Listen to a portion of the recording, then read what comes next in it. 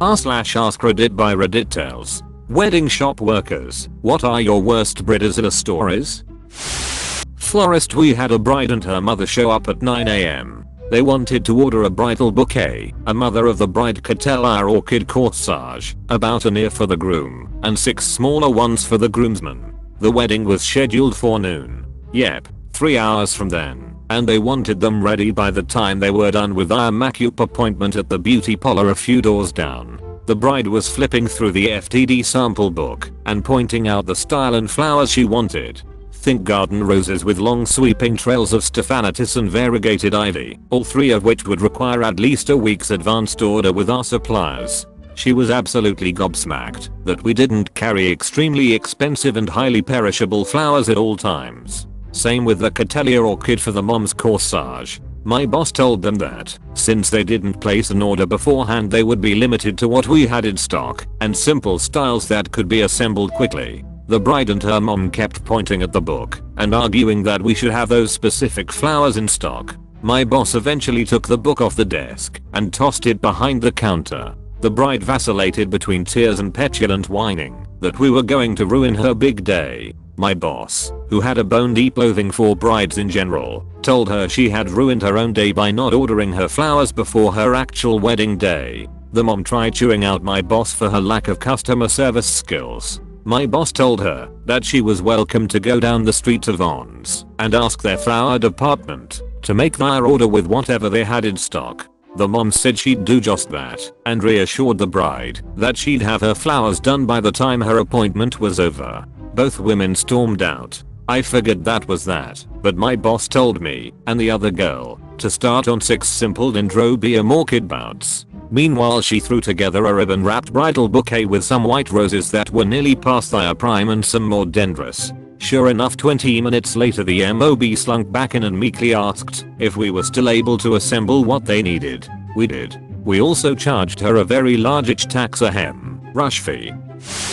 I work at David's Bridal. Most of the times, it's not the bride. It's a mother of the bride or maid of honor. I work in alterations. Most of the time, it takes more than one appointment to get things perfect. Bride comes in for her second appointment for us to do any adjustments. She needed a couple of things adjusted. Her mother told me I ruined her daughter's marriage. Not wedding, but marriage. All I could think was if needing to adjust something on your dress and having to come back for one more appointment make you think someone ruined your perfect life with someone, well, good luck to her groom. My mom and I saw a great Bridezilla freak out while shopping for my wedding dress a few years back. We were in a small local shop when another mother-daughter duo came in. The attendant who had been helping us went up to greet them. The mother said they were here to pick up her daughter's dress, so the attendant looks her name up in the computer, frowns, and says, "Ma'am, you never bought the dress. What are you talking about?" The attendant shows the lady the notes on her computer screen. "You said you wanted to think about it and asked if we could hold the dress. We held it for 2 weeks, but when we didn't hear back from you, we assumed you didn't want it. Well, we want it now. It's been over 8 months, the attendant explained. We sold the dress a long time ago, but I can order you another one and have it expedited here in a few weeks. And like Mount Street Helens of entitlement, the eruption began. This is unacceptable. The mother shrieked. We have her alterations scheduled in 2 hours. The wedding is a week away. I can't believe you sold her dress. The bride, meanwhile, is slumped against the desk and sobbing like someone killed her dog. My mom and I are just open-mouthed staring at this point. The attendant was trying to be diplomatic, but is clearly as baffled as we are. Ma'am, we had no way to know you wanted it. You never called. You never put down a deposit. The dress isn't yours until you pay for it. After some more screaming from the mother and wailing from the bride, they left. The shop attendant came back over to us and I asked her, does that kind of thing happen a lot? The poor lady just deflated. All the time. It baffles me to this day. How do you schedule alterations on a dress that you never purchased? Why would you wait until a week before the wedding to pick up your dress? How do you make it to adulthood without knowing how basic buying and selling transactions work? TL. Doctor, turns out dress shops can't read your mind and you need to actually pay money for a wedding dress before it is yours. Go figure. I worked at David's Bridal, and I have to say that I never really had a terrible bride.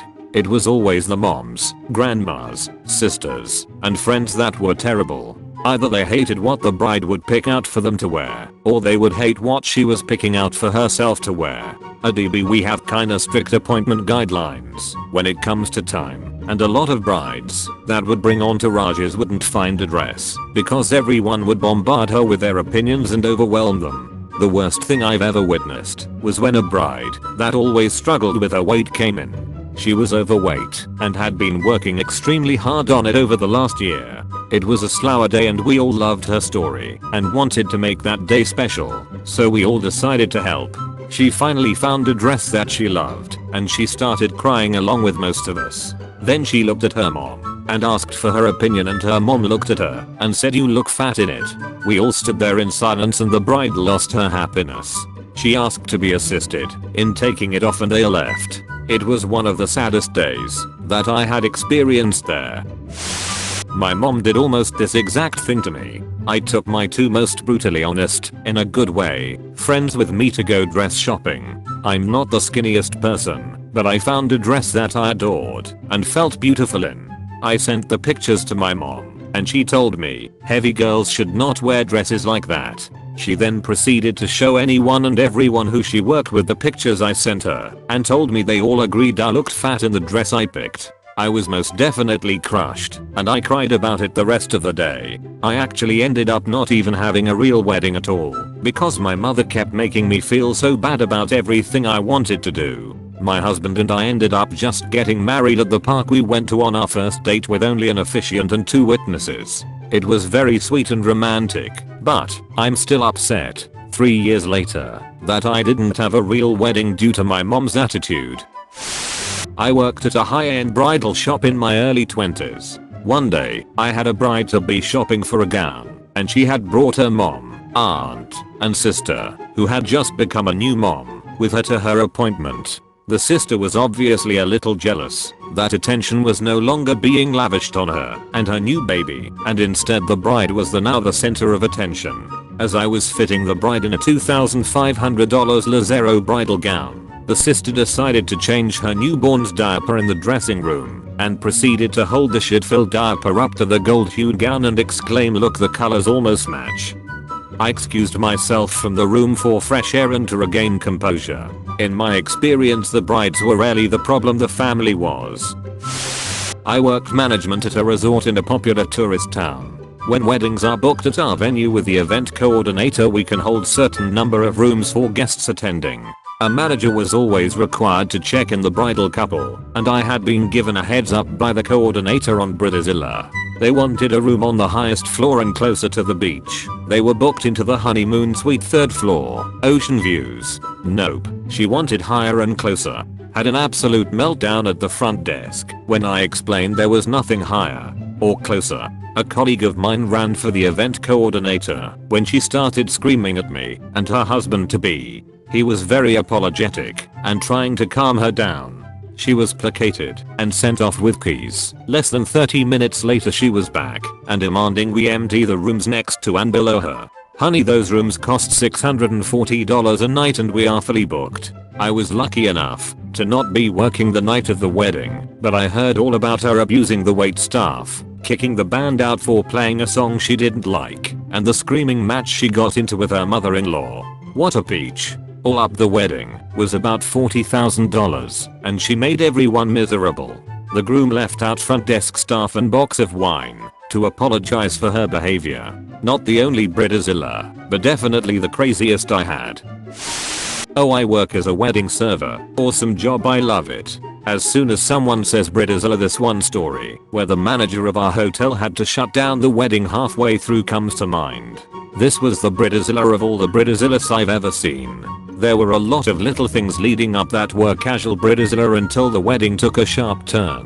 At one point she accused the wedding server staff of stealing her veil. Then the manager found it in her room and also showed her the card swipes to her room, proving only she had been in the room that day. About 20 minutes later she was screaming at some poor front desk employee accusing her of stealing her wedding boots. Manager intervened, and after a long talk the photographer told them he had a photo of the boots on the staircase of the church and asked if she had worn them since. When she said no, she told our place it was our job to have picked them up and made sure she had them. The church was not related to our place at all. Then shortly after, she started opening the wedding gifts frantically inside the ballroom and screaming at anyone and everyone, guests included, saying someone stole her wedding certificate. After that, our manager gathered the wedding staff and told us to take off our uniform jackets, empty them in front of him, then to clock out and go home. Which we all did. None of us stole anything, and we heard next day the maid of honor had the certificate, and after we left the wedding was shut down completely. Room left as is for the bride to come back to in the morning. I work at a hotel that does a huge amount of wedding business, and we had an engagement shower with the plan being that the couple would be having the wedding with us as well. This involved the bride-to-be, and to an extent, her mother. Anyways, we knew there were going to be issues because neither the bride or groom ever smiled. She was always complaining about how he was wishy-washy with picking a date, and he was always silent. The mob was your stereotypical Brooklyn Jewish mother and had her hand in everything to make sure things were perfect for her little princess. My experience has shown that the mob/mog are exponentially worse than the actual people getting married. Well, the engagement party starts and everyone, except for the couple, seemed to be having a great time. Then, halfway through the party, we suddenly heard the girl scream at her fiance, "We will never have a Christmas tree in my house, so you can get over it." And from there it devolved into a shouting match between the couple, who moved from the banquet room to the lobby so their guests couldn't hear the argument. Didn't work. They heard everything. Apparently she was Jewish and he was Protestant, and not once in their relationship had they discussed religion. They went at it on and off for 2 hours. She was screaming at the top of her lungs about how their non-existent children would be raised Jewish and how his traditions didn't matter. Her mother standing at her side and nodding in agreement and interjecting occasionally with a "that's right," or "you tell him." He was pleading in a good attempt to be quiet, but was obviously frustrated for her to at least compromise, to let him at least invite his pastor from his hometown for the wedding, and that their non-existent children could possibly do things with his parents for Christmas, even if they didn't celebrate. The guests just kept partying, pretending nothing was happening, but you could see on all of their faces that they wanted to leave, but couldn't since they would have to pass by the couple to get to the only exit. Only after 2 hours and the argument eventually devolving into her insisting her children would never see a Christmas tree in their whole lives, so they wouldn't be confused. "Good luck with that one in this country, lady," the groom finally dejectedly said. "Well then maybe this isn't going to work."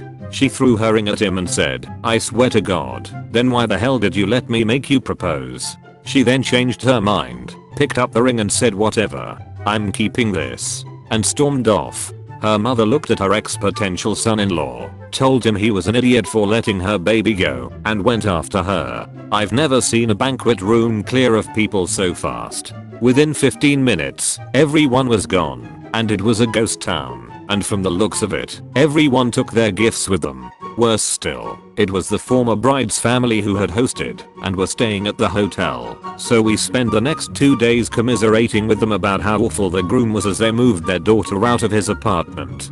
You dodged a bullet.